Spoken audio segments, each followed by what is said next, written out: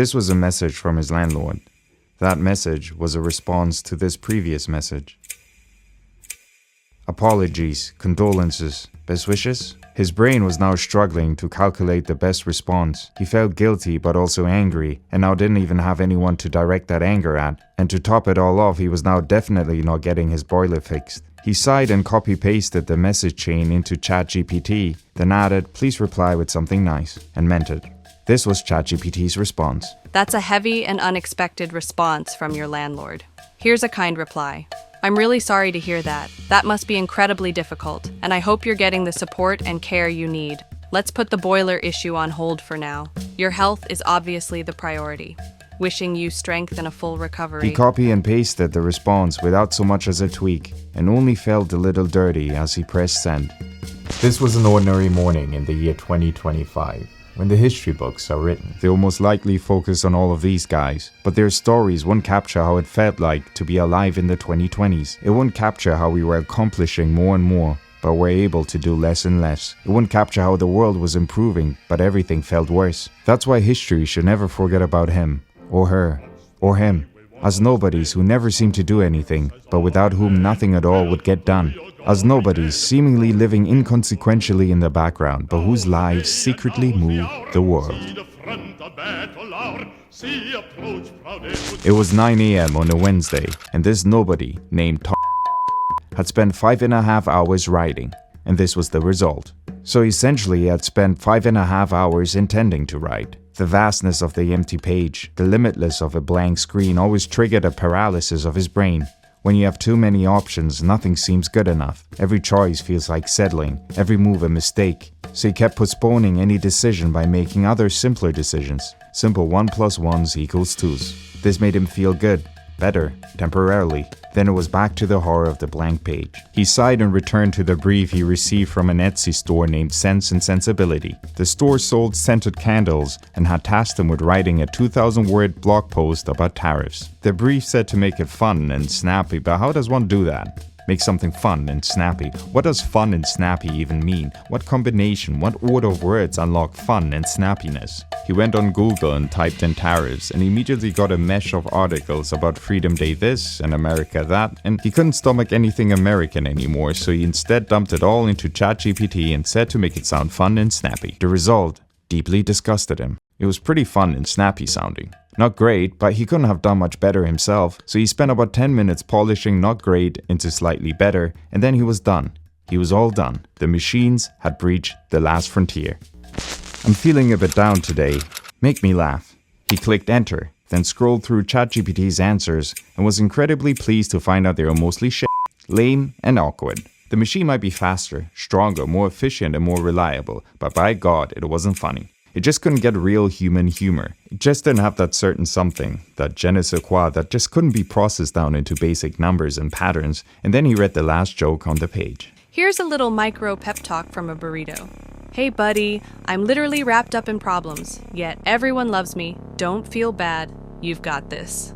He chuckled a little, but felt like weeping. Again, it wasn't great, but not bad either. It was a stupid joke, but half of his jokes were stupid too, and even more than half ended up not being funny at all, so what? Was humor just data too? He felt the earth shift beneath his feet, and reality started to feel unreal. Like, what was anything really? His head started to feel hot and light, and he wasn't sure of what he was thinking or who was thinking it. Thoughts about a machine. Of a machine? Was he the machine? No. ChatGPT was essentially a very good autocomplete system. That's it.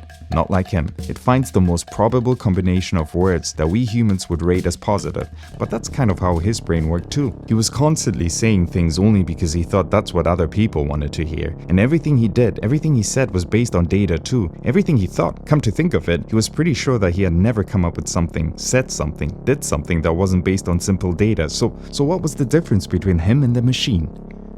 He hadn't left his house and spent all morning cleaning, playing loud music and aggressively distracting himself from himself. There's no worse feeling than feeling you can't be alone with yourself, with your thoughts. He would rather be sick in a hospital bed, be riddled with a physical disease. At least then his pain would have a location, but his condition was omnipresent. His phone beeped and he jumped on it gladly. It was a WhatsApp message from his mate from uni called Evan. They had bonded a decade ago over booze and birds, but both had long outgrown that connective tissue and now had very little in common, but kept in touch anyway out of pure nostalgia. They both symbolized to each other a simpler time, a time of adventure and a time of beginnings, so clung on to each other like a lifebuoy that kept them from drowning into old age. But I digress. Evan's message ran, You will never believe who I met at King's Cross. Great. A f***ing riddle. Normally he hated messages like this, but today he was deeply grateful. He clicked on the video attached to the message and spent the next 2 minutes dutifully watching Ed giving a surprise performance at King's Cross. He liked Ed Sheeran as a person and thought he seemed like a really solid bloke, even though he didn't like his singer Ed Sheeran's song. And Evan knew this, but this message wasn't about showing Tom something he liked, but simply about showing Evan experiencing something interesting and getting validation for it. Evan needed his every action to be validated by another human, so this seemingly very personal interaction was actually quite mechanical. And so what was the difference? What was the difference? The difference was a soul. Of course ChatGPT didn't have a soul. Yes, a computer didn't listen to music, it couldn't enjoy watching TV. Why would it? He was watching the new season of Black Mirror, which had just been released, and so far he was hating it. He could predict where the entire episode was going after 10 minutes, and the ham-fisted point it was trying to make didn't make the boredom redeeming. He skipped to the next episode, which was about movies and living in a movie, and this concept had been done at least a few hundred times too. There was nothing new here, besides maybe the casting, but casting a different colored human in the same old drivel doesn't make the story revolutionary or interesting. In that moment, he realized that perhaps unpredictability was what people truly enjoyed about shows, because unpredictable meant new information. So was watching a movie just processing new information in a soothing pattern? He could feel his head getting foggy again and reality starting to feel unreal, like it wasn't based on anything fundamental and thus could be anything, which meant no one was in control, or maybe he was in control, which made it worse because if he was the only thing preventing his world from falling apart, then this could all easily spiral into madness. His head was beginning to feel very warm and light again, and he was afraid of losing it and falling forever, for who could save him if he was in control? Nobody. There was nobody. Nobody to look up to. Nobody to tell him how to make sense of it all. His feed was filled with Katy Perry going to space, and Katy giving an impassioned interview about finding herself and finding her inner power, and he just felt like weeping because he was so confused. Nothing made sense anymore. How were they all earnestly talking about an inspiring achievement when all they did was sit in a metal box someone else made and controlled? And Katy said something about her feeling powerful because she allowed herself to trust, but trust what? The machine? She felt powerful because she trusted a machine. He was clearly missing something that other people just understood naturally. He went out to clear his head and realized that he already trusted the machine with his life all the time, driving around. Everyone did. That was it. That's what had been obvious to everyone else. We had already handed over our lives to the machines, but that was fine because they were simply better at a lot of things, including thinking soon. But that was all fine because we still had our souls. That would forever be the difference. Our souls. There was no soul. He was watching the eyeliner-wearing American vice president chatting to a very confused-looking pope. A barely sentient pope, but that pope somehow was gifting the American vice president chocolate, and Tom once again felt as confused as the pope looked. How could something so weird and tacky happen in this holy place? But that was simply because there was no such thing as a holy place. It was all make-believe, just like this supposed magical soul. Where was it? His soul wasn't his memories because we definitely know where memories are stored, and a computer most definitely has memories too. And his soul wasn't his behavior or personality because those were an obvious mixture of his genes and experiences. So then where was the soul? Awareness? If all the soul encompassed was a single wave of generic awareness, then congratulations, that might live on. But that awareness is obviously not you. The same way a cheeseburger without cheese and beef and ketchup and maybe lettuce wouldn't be a cheeseburger, but just a f***ing loaf of bread. He felt very, very tired, and the last thing he heard was the American vice president telling the Pope that he would pray for him. The prayer had not worked. The Pope was dead. The internet was having a blast with the news, and to be fair, some of the comments were quite funny.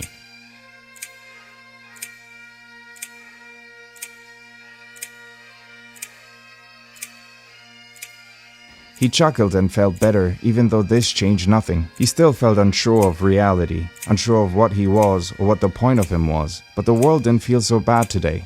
Humor gave a digestible pattern to the chaos around us, and so what if machines could do it too? So what if maybe someday soon they could do it better than we could? Funny is funny, and maybe the birth of the machines will be the way we all live on forever. If we're just patterns of temporary held data, and the machines all build on our data, we will live on through them, a fragment of us, a memory of us. Isn't that why people have kids? Confidently stepped out of his house, not being sure of what the future held, not being sure of anything anymore, but feeling like he was closer than anyone in history to understanding the true nature of things. So he felt quite special, felt quite close to his fellow humans who were tackling this enormous change of era alongside him. He had a newfound respect for all those people that got out of bed in the morning and just got on with it. Even though big picture, they had no clue about what was going on or what was going to be or the point to any of it. But they went on anyway. They went on just as he would keep going on until the end.